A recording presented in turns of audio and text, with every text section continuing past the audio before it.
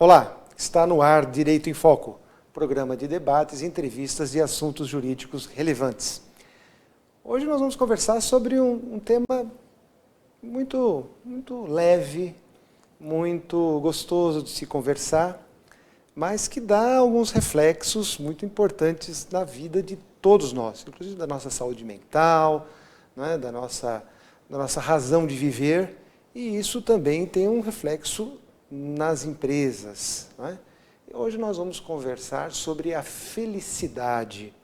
Parece um tema um pouco distante do direito, mas ele tem tudo a ver com o direito, até porque, segundo alguns estudiosos, a felicidade dos colaboradores, dos empregados, dos terceiros, dos sócios, representa um patrimônio, não é?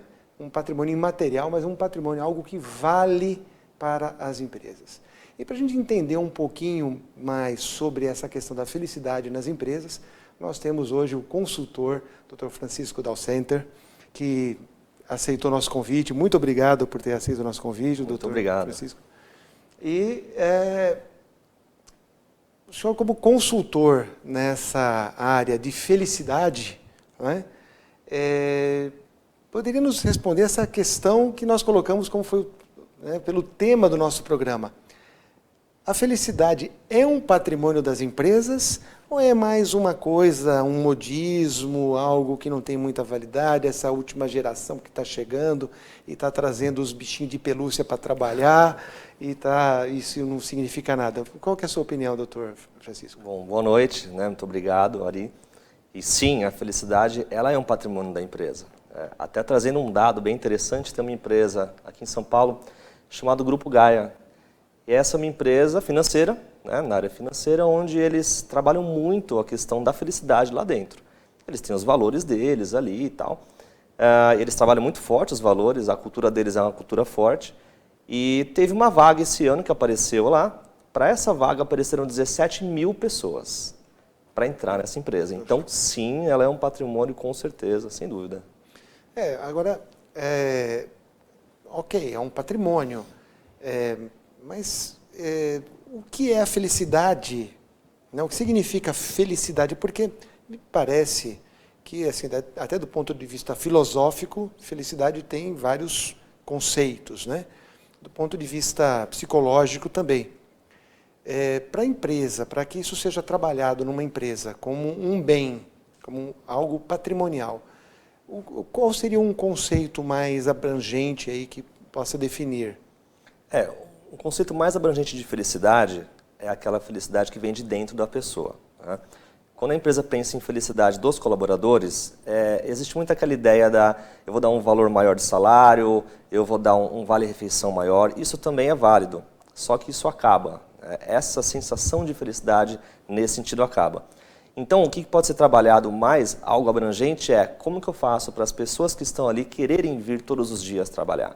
Então, essa felicidade ela tem mais a ver com aquela felicidade de dentro, de eu pegar as pessoas que estão ali trabalhando na empresa e extrair o melhor delas. E como que é feito isso? Isso é feito no seguinte sentido, eu tenho que fazer com que a pessoa ela goste de vir para a minha empresa, então tem que ter boas relações naquela empresa, em relação à liderança, aos colaboradores. O que elas fazem tem que ser algo que seja não tão difícil e nem tão fácil. Se for muito difícil, a pessoa fala, não consigo fazer, né, não quero mais. Se for muito fácil, fica algo meio tedioso. Então, assim, não é muito simples, ao mesmo tempo que é fácil, no sentido de eu pensar que essa felicidade tem mais a ver com o comportamento ali dentro, com a cultura, mas também não é tão simples que eu tenho que entender como que cada pessoa pensa. Então... de um modo geral, pelo menos a tradição do empresariado, isso não é nenhuma crítica, uma constatação histórica, é feito de uma maneira muito cartesiana. Isso eu pago o salário, eu cumpro as minhas obrigações, e o que eu quero de volta é dedicação, eu quero que chegue no horário, eu quero que cumpra tudo aquilo que ele tem para cumprir, e se fizer menos, eu mando embora, substituo por outro. Esse modelo que deu certo em algum período, esse modelo ele está ultrapassado, ele tem espaço ainda? Como é que o senhor encara essa nova visão? Porque há uma nova geração que vem, uma geração nascida depois da década de 70, de 80, até de 90, que tem outras expectativas. As empresas com um conceito antigo conseguem suprir as suas próprias necessidades e os anseios desses jovens trabalhadores? Realmente assim, esse conceito chamado comando e controle, ele funcionou muito bem, né? A gente tem que até louvar esse conceito, porque ele funcionou muito bem até mais ou menos a década de 80, 90, depois as coisas começaram a mudar. As gerações de hoje, elas buscam muito mais a questão do propósito ou a causa. Então, quando a gente fala assim, poxa, mas eu pago para você, então você tem que me dar em troca o seu trabalho. Isso é algo implícito, isso já é considerado. Só que a questão é a seguinte, qualquer empresa vai pagar para aquela pessoa. Então, isso não é mais diferencial. O que acontece hoje é o seguinte, as empresas que estão buscando atuar com uma causa que faça sentido para a empresa, então ela vai ter que se posicionar, logo, ela vai ter que focar num nicho de clientes. A tendência é que ela traga pessoas que têm a ver com essa causa. Então não vai nem ser necessário a empresa falar, poxa, mas eu estou te pagando, o que você não faz? Então essa troca está sendo muito mais uma troca pela causa, pelo propósito, do que pelo salário, pelos benefícios. Não que eles não sejam importantes, mas eles ficam em segundo plano, nesse sentido. Então, o que o senhor está dizendo que suprir essas necessidades mais básicas, salário e cumprir todas as obrigações, já fica em alguns nichos, em alguns tipos de empresa, em algumas funções, como algo secundário. Não é isso que os profissionais procuram. É lógico, eles têm que ser remunerados, bem remunerados, mas não é esse o primeiro ponto, é isso que o senhor está querendo dizer? Não é esse o primeiro ponto. Teve uma pesquisa da Cato, uns 3 anos atrás, onde essa pesquisa foi elencada quais são os fatores que faz a pessoa querer ficar na empresa. O primeiro ponto não era nem a questão de salário, era a questão do relacionamento. Então, eu quero trabalhar naquela empresa porque ali eu tenho um bom relacionamento com as pessoas à minha volta.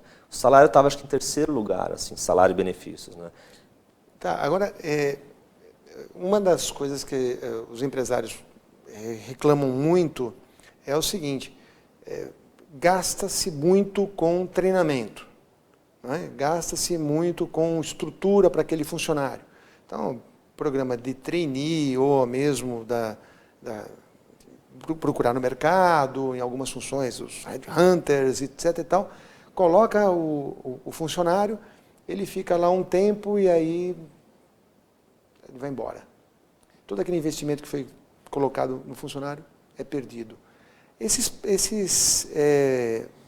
projetos, esse trabalho de procurar aumentar a felicidade, tem uma vantagem para fins de retenção também? Sim, eu não digo nem retenção, eu diria encantamento mesmo. A pessoa que está encantada por uma empresa... Mas se ela estiver encantada e for embora, também não adiantou. Não adiantou nada, exatamente. Eu acho que tem uma grande questão que você comentou comigo. Uma vez eu conversei com um amigo meu, ele tem uma empresa. Ele falou, Francisco, eu prefiro muito mais alguém que fique comigo 8 meses, 1 ano que seja, mas que esteja 100% aqui presente, do que uma pessoa que eu fique muito tempo, eu tenho que toda hora ficar puxando ela. Né? Em relação ao treinamento, faz sentido, né? Você pensar, poxa, mas eu estou investindo nessa pessoa para ela crescer e tal. A grande questão eu estou investindo nela para que ela fique na minha empresa, além dela me dar um lucro melhor, ela melhora a imagem da empresa e tudo mais. Mas dá mais lucro mesmo, doutor? Dá mais lucro, dá mais lucro.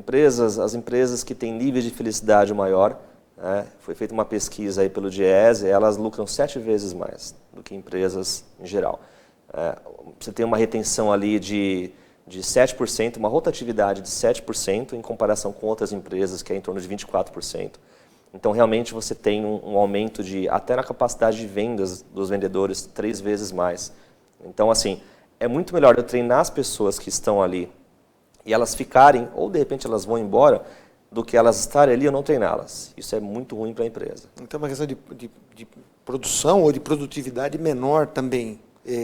As pessoas, não só a questão da retenção, mas a questão do retorno que ela dá pelo trabalho que está oferecendo. Exatamente. E é algo natural, né? Porque se a pessoa está em um local onde ela é desafiada, com um desafio condizente àquilo que ela consegue entregar, está tendo uma boa gestão, está tendo feedbacks ali, naturalmente ela vai trabalhar mais feliz e mais satisfeita e esse índice vai subir.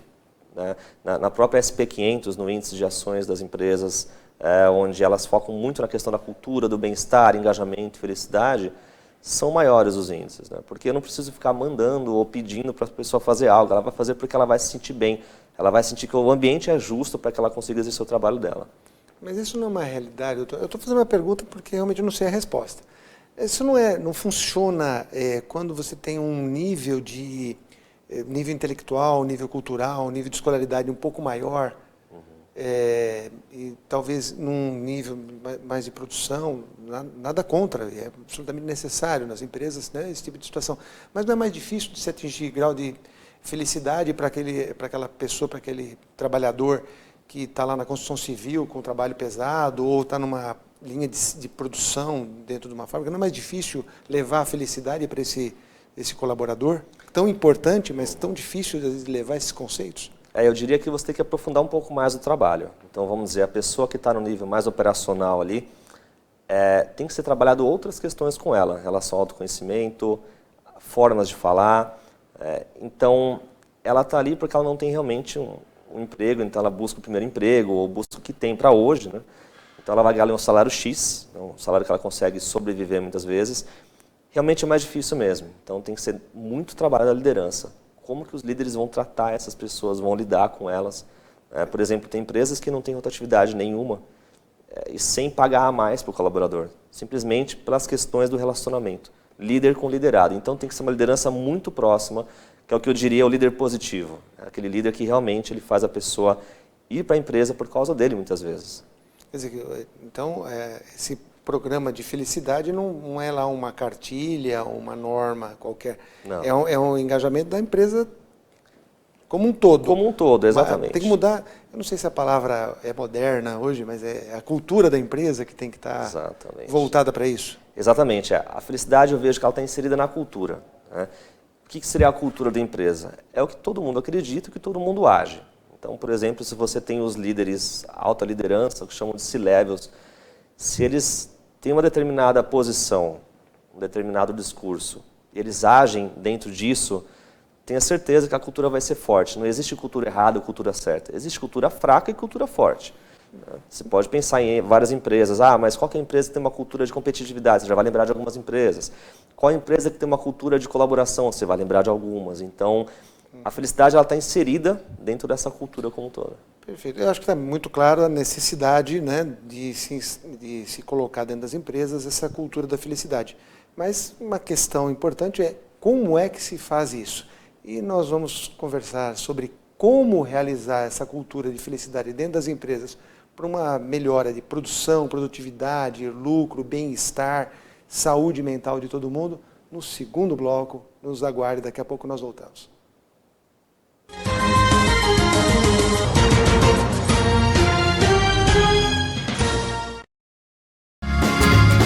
Viaje mais! Prepare-se para conhecer os mais belos lugares do planeta, de segunda a domingo em 2 horários, às 13h30 e à meia-noite, na rede NGT Canal 48 Digital e na TV Grande ABC Canal 3 NET. Agora você tem um encontro marcado com Walter Esteban no programa Viaje Mais.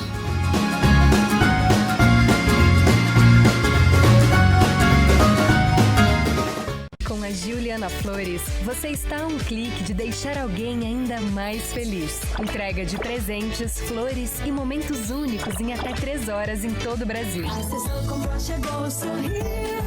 Juliana Flores. Pior que não ler jornal é ler apenas um jornal.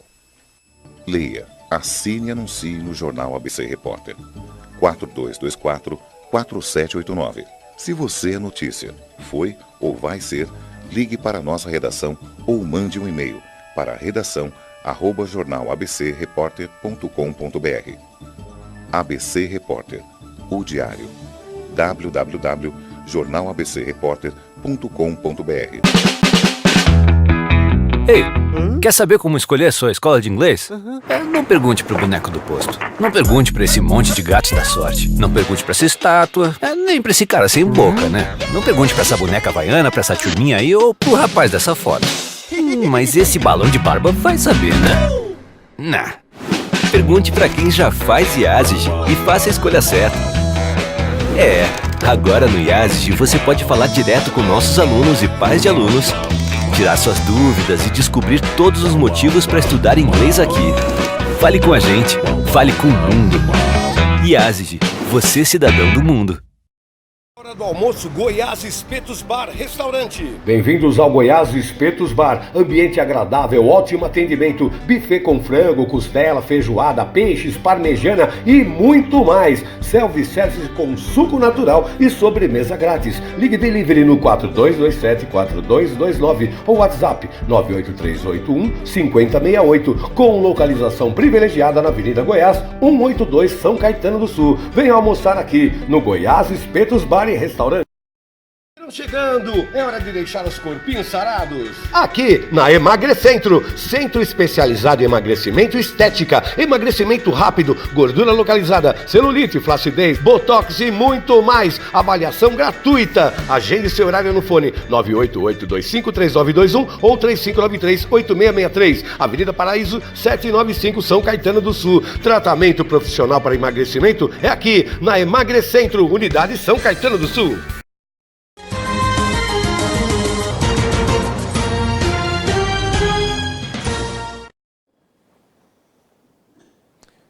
Olá, estamos de volta com o programa Direito em Foco, programa de debates, entrevistas e assuntos jurídicos relevantes. Nós estamos conversando hoje com Francisco Dalcenter sobre a felicidade, o conceito de felicidade para as empresas. Algo muito sério, algo que dá resultado, algo que melhora a saúde das empresas, porque podem ter um desempenho melhor. Francisco acabou de falar, eu tenho o costume de chamar todo mundo de doutor que vem aqui, então vou chamar de doutor Francisco por força do hábito, né? E é um doutor, porque conhece muitíssimo bem a matéria que está aqui nos ensinando, dando uma aula. Então, ele apresentou inclusive alguns dados que demonstram que as empresas que cultivam estes conceitos de felicidade, levam a sério, implantam, têm um resultado financeiro, têm lucros melhores, têm resultados melhores. Então, eu acho que todo mundo está convencido de que isso é algo bom. Ok, mas a grande questão, Francisco, como é que se transforma essa boa intenção em tornar um ambiente feliz num ambiente feliz de verdade? Como é que na prática se faz isso? É assim, né? Vamos dizer que não existe uma receita, até porque se existisse, alguém falar que existe, está mentindo, né? 7 passos para ser feliz, os 3 passos para ser bem-sucedido. O que existe, na verdade, é uma série de fatores dentro da cultura da empresa. Então, acho que a primeira questão da gente entender como que as pessoas podem ser mais felizes na empresa é pelo autoconhecimento. Então, é os líderes se conhecendo melhor para poder ajudar os colaboradores a se conhecerem melhor também. Esse é um ponto crucial, porque se eu não sei quem eu sou, para onde eu vou, tanto faz onde eu estiver. Tanto faz se eu esteja aqui ou em outra empresa, então a pessoa acaba saindo por falta de autoconhecimento. Uma outra questão importantíssima é ouvir os colaboradores. Né? Hoje eu faço um trabalho que eu chamo de gestão do engajamento, onde eu vou nas empresas. É importante. Como é que um profissional como o senhor lida com isso na prática? Quais são as operações, quais são as ações que são tomadas dentro das empresas para que isso se efetive? Exatamente. Então, a forma mais fácil que é ouvir o colaborador. Então, hoje eu faço um trabalho onde eu vou na empresa, entendo como funciona a cultura daquela empresa. Através de software, as pessoas respondem algumas perguntas ali uma vez por semana. E isso vai gerando estatísticas. Então, por exemplo, desde como que o meu chefe me trata, ou se eu acho que o meu ambiente de trabalho me oferece boas oportunidades, N questões. Então, assim, ao invés de eu fazer uma vez por ano uma pesquisa de clima, para entender como está a raio-x naquele momento, faço uma vez por semana. Então, você já consegue entender para onde vai caminhando ali a empresa. Mas nosso público empresarial no Brasil é constituído de pequenas e microempresas que têm 3, 5, 10 colaboradores. Essa implantação é possível em empresas com esse perfil de poucos colaboradores ou só para aquelas empresas com 200, 300, 1.000 funcionários? Olha, a partir de 15 pessoas já é bem possível, sim. Né? É claro que 5, 10 pessoas é muito mais fácil as pessoas se entenderem. Mas ou é importante. Não, né? Ou não. Às vezes com 5 não se entende muito bem. Mas é muito mais fácil do que parece. Tá? Então, basicamente, assim, como que o líder vai focar nas relações positivas. Tanto é que foi feito um estudo, aí, tem mais de 70 anos um estudo, feito por Robert Waldinger, de Harvard, onde eles entenderam que a felicidade é a pessoa ter relações positivas com quem ela se relaciona. Olha que interessante isso. Agora, um complicador nessa sua explanação, doutor, o senhor coloca como o autoconhecimento como um fator quase que essencial para que isso dê certo. Mas, assim, como leigo, às vezes as pessoas têm dificuldade, né, em se conhecer, né? Às vezes procuram até serviços especializados, psicólogos, fazem isso de forma correta, é assim mesmo que deve ser. Como é que uma função estruturada vai ajudar numa situação que muitas vezes é uma necessidade ou algo que a pessoa não consegue encontrar até mesmo quando individualmente procura auxílio? Como é que uma estrutura, um profissional como o senhor, né, vai conseguir fazer com que haja o autoconhecimento desses gestores, desses líderes? Exatamente. Aí a gente entra com programas de mentoria para entender o que esses gestores querem, quais são as suas competências, os seus medos. Isso tudo é trabalhado para que ele entenda legal. Então, é como se fosse um jogo de Lego. Eu tenho que saber quais são as minhas peças, né, para eu poder me conectar com outras peças. Será que a empresa que eu estou trabalhando hoje faz sentido para mim ou estou só aqui por causa da grana, do dinheiro? Né? O que faz sentido? Então, a ideia é que esse autoconhecimento faça com que esses líderes, inicialmente, enxerguem a si mesmos. E, com isso, parem de culpar a empresa, parem de culpar o governo, parem de culpar o chefe e comecem a assumir uma responsabilidade que eles têm, né, como líderes e como, enfim, até porque eles trabalham com várias pessoas abaixo deles na hierarquia. Né? Então, é importante que eles estejam com autoconhecimento lá em cima para que eles possam inspirar essas pessoas também a trabalhar da melhor forma possível. Então, basicamente, o trabalho começa com o engajamento das lideranças. Isso, exatamente. Não é funcionário por funcionário, não é um trabalho feito individualmente. Exatamente, com as lideranças, né? Inclusive tem um livro bem interessante chamado Motivação 3.0, onde o Daniel Pink ele fala sobre 3 fatores que realmente motivam as pessoas, que a primeira coisa é a autonomia. Então, todo mundo ser autônomo, isso quer dizer que eu, como líder, eu tenho que cobrar o meu colaborador, não pela forma que ele vai executar o trabalho, mas pelo resultado. Deixar ele fazer do jeito dele e ir ajudando. A terceira questão é a excelência. A segunda questão é a excelência, desculpe. Então, como que essa pessoa consegue executar o trabalho dela com excelência dentro daquilo que ela consegue fazer? E a terceira questão é o propósito. Então, se esse líder não traz para mim, ou melhor, não mostra para mim que existe algo a mais do que eu vou receber no final, eu diria, por exemplo, nós estamos aqui numa rede de televisão. Qual que é o propósito da rede? É algo muito maior do que simplesmente trazer anunciantes. Os anunciantes, eles vêm, muitas vezes, pelo propósito, que é passar informações relevantes para as pessoas, aumentar o conhecimento de quem está assistindo. Então, acho que voltando na sua pergunta, o como, ele, na verdade, é uma forma que cada empresa vai achar o seu como. Mas, basicamente, seria o relacionamento humano, o autoconhecimento, o reconhecimento das pessoas. Tem muito mais a ver com humanidades do que com partes financeiras. A parte financeira é fácil, você vai, paga o salário e pronto. Financeiro é fácil em termos. Você tem que ter, né? Ter dinheiro no caixa lá para aumentar o salário do colaborador. Isso. Mas é lógico que todo empresário, com certeza, se pudesse, aumentaria, né, para não ter esse tipo de problema. Agora, uma outra questão que se coloca, né, os empresários, quando eu estava conversando com alguns sobre o tema desse programa, eles disseram, não sei, Ariovaldo, isso é uma coisa tão complicada, porque um dia o sujeito está de bom humor, no outro dia o time dele perdeu, no outro dia o partido político que ele gosta lá teve um revestrez. Enfim, são os humores do dia a dia que muitas vezes nem a própria pessoa entende por que está daquele jeito.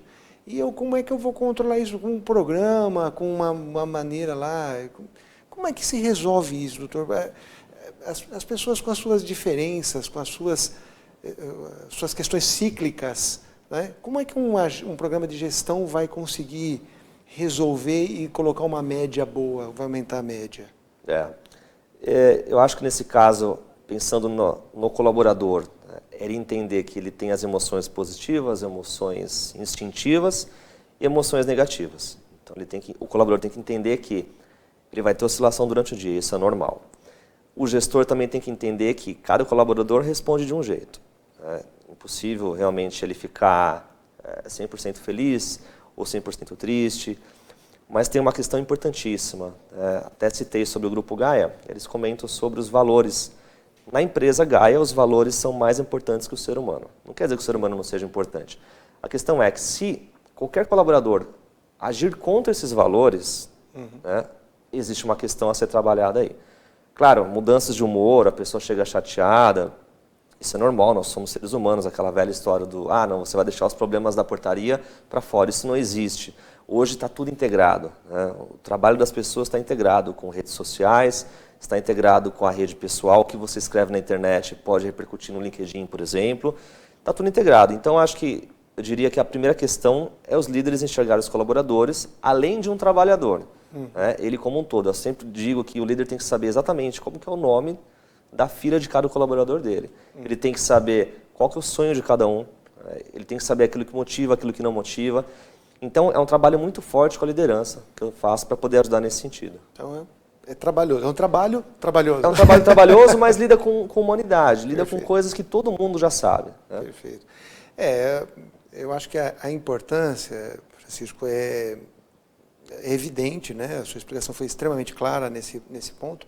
E eu só tenho a agradecer, né, a sua colaboração. Eu acho que ficou muito, né, claro para todo mundo que, mais do que uma questão de humanidade, né, de uma humanização do trabalho, é uma questão de necessidade de sobrevivência. Então, muitíssimo obrigado por ter aceitado o nosso convite e ter dado essa explicação. E fica muito claro também a todos que nós estamos vivendo um mundo diferente. Então, as soluções de 30 e 40 anos, 50 anos atrás, serviram e foram válidas e foram corretas para aquele momento, para aquela população, para aquela necessidade. Hoje, o mundo está diferente e as soluções são diferentes também, têm que ser diferentes também. Então, com essa explicação de Francisco, nós temos a visão da solução nova. Então, você que é empresário, preste atenção nesse tipo de situação. Se tiver algum tipo de dúvida, de algum questionamento, entre em contato aqui pela rede social da TV Grande ABC, pelo Facebook, pelo Instagram. Coloque a sua pergunta para o Dr. Francisco Dalcenter. Com certeza ele vai procurar responder da maneira mais rápida possível. E nós vamos procurar também responder não somente aos empresários que têm essa necessidade, mas aos empregados. Como aqueles colaboradores que estão dentro de algum sistema de empresa, para poder dar as respostas para as suas necessidades, as suas ansiedades. Puxa, como é que eu faço para implantar um serviço desse? Ou como é que eu posso chegar na minha chefia, na minha liderança, nos donos da empresa para que isso aconteça? Eu acho que é importante que toda a sociedade possa se direcionar para isso.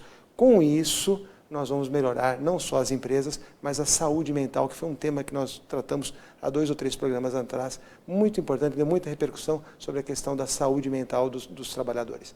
E com essas palavras, desculpe ter me alongado um pouco, com essas palavras eu encerro o programa agradecendo a sua audiência e espero que esteja no nosso próximo programa do Direito em Foco. Até lá, muitíssimo obrigado.